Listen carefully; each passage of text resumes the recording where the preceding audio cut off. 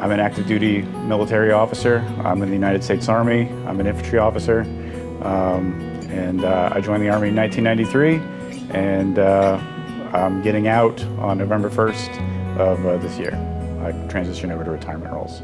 I served in the United States Army as a finance officer from roughly 1998 to 2007. Did a little bit of time in the reserves and also active duty. My dad was in the Army.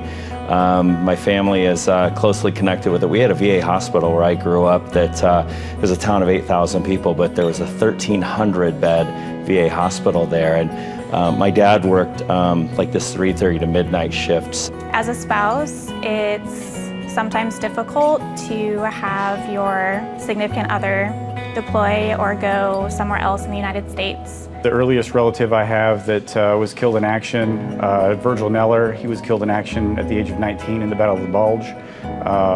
So he's buried in France. So that's a connection that I had from a young age, and then deploying 3 times overseas. I've lost some people that are close to me.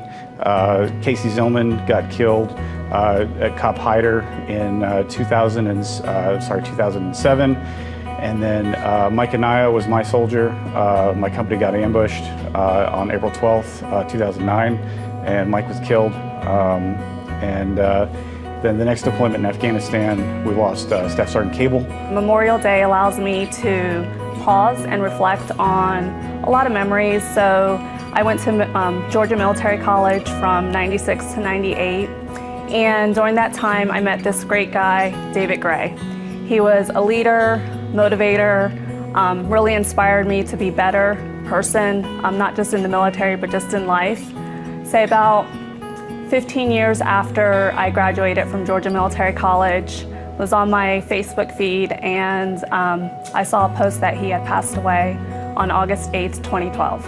I spent hours and hours in those buildings around military veterans, and I shot pool with them, played darts, you name it. I was probably around some people maybe that taught me some things that maybe my parents probably would laugh about now, but I became a pretty decent pool player because of it, and I enjoyed every moment of it. And I think back on some of those veterans, they were actually, and I date myself a little bit, but there were some World War I veterans and World War II veterans there, and I wouldn't take those nights out there back for a minute. So I'm just very close and to my heart, and I appreciate the time that they served.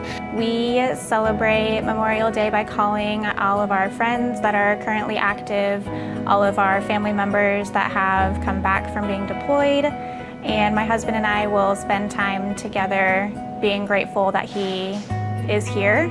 From a kid, we used to put the flag at half staff for Virgil. And then as I started deploying, Casey was an acquaintance of mine. I just knew who he was. And then Mike Anaya, when he got killed, being my soldier, we took kind of a personal ownership of it.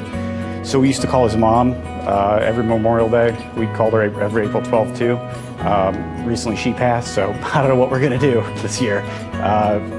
We'll probably just go outside and honestly have a barbecue and kind of get together because none of these guys, you know, Cable or Mike or Casey would have wanted us to just sit around and say what was me. We're gonna do what they would do with us if they were still around. So one of the things I do to honor David Gray is a workout. So he has a hero WOD, and so that's one of the things I do. I love to work out. He always was inspirational to me in that aspect when we went to military college together, so that's one of the things. So David Gray, always thinking about you on Memorial Day. Love you.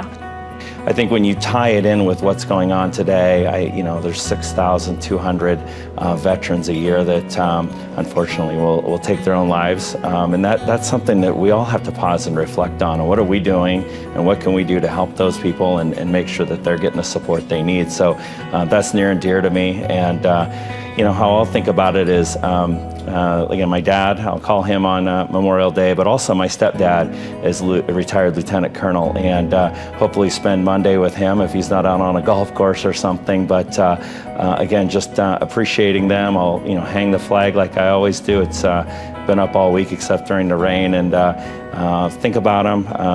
spend time talking to my dad and hopefully my stepdad and just, or father-in-law, excuse me, and just appreciate everything that we have as citizens of the United States because of them. So that's it. Taking on the house roles all by yourself is a hard thing to do, so when they go away, we need that support too. So Memorial Day is just a day that my husband and I get to celebrate together that he is home, and I'm very grateful that he gets to come home.